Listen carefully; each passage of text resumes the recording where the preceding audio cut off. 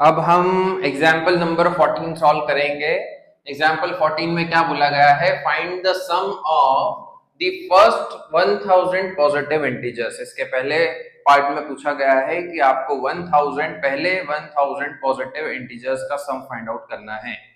ठीक है, तो देखो बहुत ही सिंपल सा क्वेश्चन है। पहले 1000 पॉजिटिव इंटीजर्स कहां से स्टार्ट होते हैं? पहला इंटीजर हो गया 1, पॉजिटिव इंटीजर्स की बात चल रही है, देन 2, देन 3, 4 और ऐसे 1000 तक आपको जितने भी इंटीजर्स हैं उन सबका सम फाइंड आउट करना है। तो इस एपी की पहली टर्म हो जाएगी 1 और लास्ट टर्म हो जाएगी 1000। ठीक है, तो हमने अच्छा, और इस एपी में टोटल नंबर ऑफ टर्म्स कितनी होगी? तो 1000 टर्म्स होगी। यदि मैं 1 2 3 तक लिखता हूं तो कितनी टर्म हो गई? 3 टर्म हो गई। यदि मैं 5 तक लिखता हूं और पहले 5 इंटीजर्स को लिखता हूं तो कितनी टर्म्स हो जाएगी? 5 टर्म्स हो जाएगी। तो वैसे ही मैं यदि पहले 1000 इंटीजर्स को लिखता हूं तो इस एपी में टोटल कितनी टर्म्स हो जाएगी? 1000 टर्म्स हो जाएगी। ठीक है, अब सम का हमने पिछले वीडियोस में हमने सम का एक फॉर्मूला डिराइव किया था, n/2 ब्रैकेट में 2a plus n minus 1 into D. ठीक है, तो या तो आप ये वाला फॉर्मूला अप्लाई करके सम फाइंड आउट कर सकते हो। तो यहां पर n की वैल्यू आ जाएगी 1000, a की वैल्यू आ जाएगी 1 और डिफरेंस आ जाएगा 1 का। बट हमने इसी को फर्दर सॉल्व करके, इसी फॉर्मूले को और फर्दर सॉल्व करके एक और फॉर्मूला बनाया था सम ऑफ n टर्म्स का, n/2 ब्रैकेट में a प्लस an। ठीक है, इसी फॉर्मूले को फर्दर डिराइव किया था हमने, सॉल्व किया था, तो यह फॉर्मूला बना था।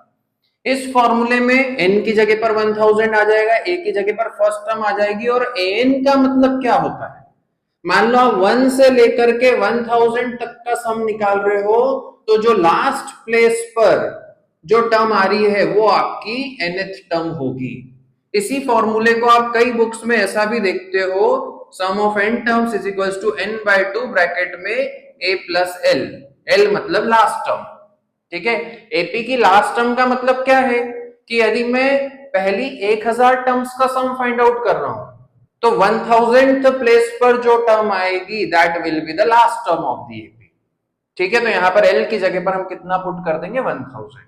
तो आप चाहो तो उस फॉर्मूले में वैल्यूज पुट करके सम निकाल सकते हो और चाहो तो आप इस फॉर्मूले में वैल्यूज पुट करके सम निकाल सकते हो। मैं इस वाले फॉर्मूले से सॉल्व करके आपको बता रहा हूं। आपको सम ऑफ 1000 टर्म्स निकालना है। n की वैल्यू हो गई 1000 इक्वल्स टू 1000 अपॉन 2 ब्रैकेट में a मतलब first term plus last term है 1000। ठीक है, इसको सॉल्व करने पर बाहर आ गया 500, ब्रैकेट में आ गया 1001। मल्टीप्लाई कर देते हैं, 5 1 जा 5, 0 0 5 00, मतलब कि सम कितना आएगा? 5,05,000, 500 500। Okay, is that clear? अब इसी का सेकंड पार्ट सॉल्व कर लेते हैं, वो भी बहुत सिंपल सा क्वेश्चन है। यहां पर आपको बोला गया है कि पहले n पॉजिटिव इंटीजर्स का आपको सम फाइंड आउट करना है। मतलब एक एपी है जिसकी फर्स्ट टर्म हो गई 1 2 3 4 और ऐसे करते करते कितनी टर्म्स है? n टर्म्स है। पहले n पॉजिटिव इंटीजर्स को आपको लेना है, तो nth प्लेस पर जो टर्म आएगी वो क्या आएगी? n ही आएगी। ऐसा हर एपी में नहीं होता है, बट इस वाली एपी में ऐसा ही होगा कि nth प्लेस पर जो टर्म आएगी वो क्या आएगी? n ही आएगी, क्योंकि फर्स्ट प्लेस पर 1 आ रहा है, सेकंड प्लेस पर 2 आ रहा है, थर्ड प्लेस पर 3 आ रहा है, 10th प्लेस पर 10 आएगा, 1000th प्लेस पर 1000 आएगा, तो nth प्लेस पर क्या आएगा? n आएगा। आपको इस एपी की n टर्म्स का सम फाइंड आउट करना है।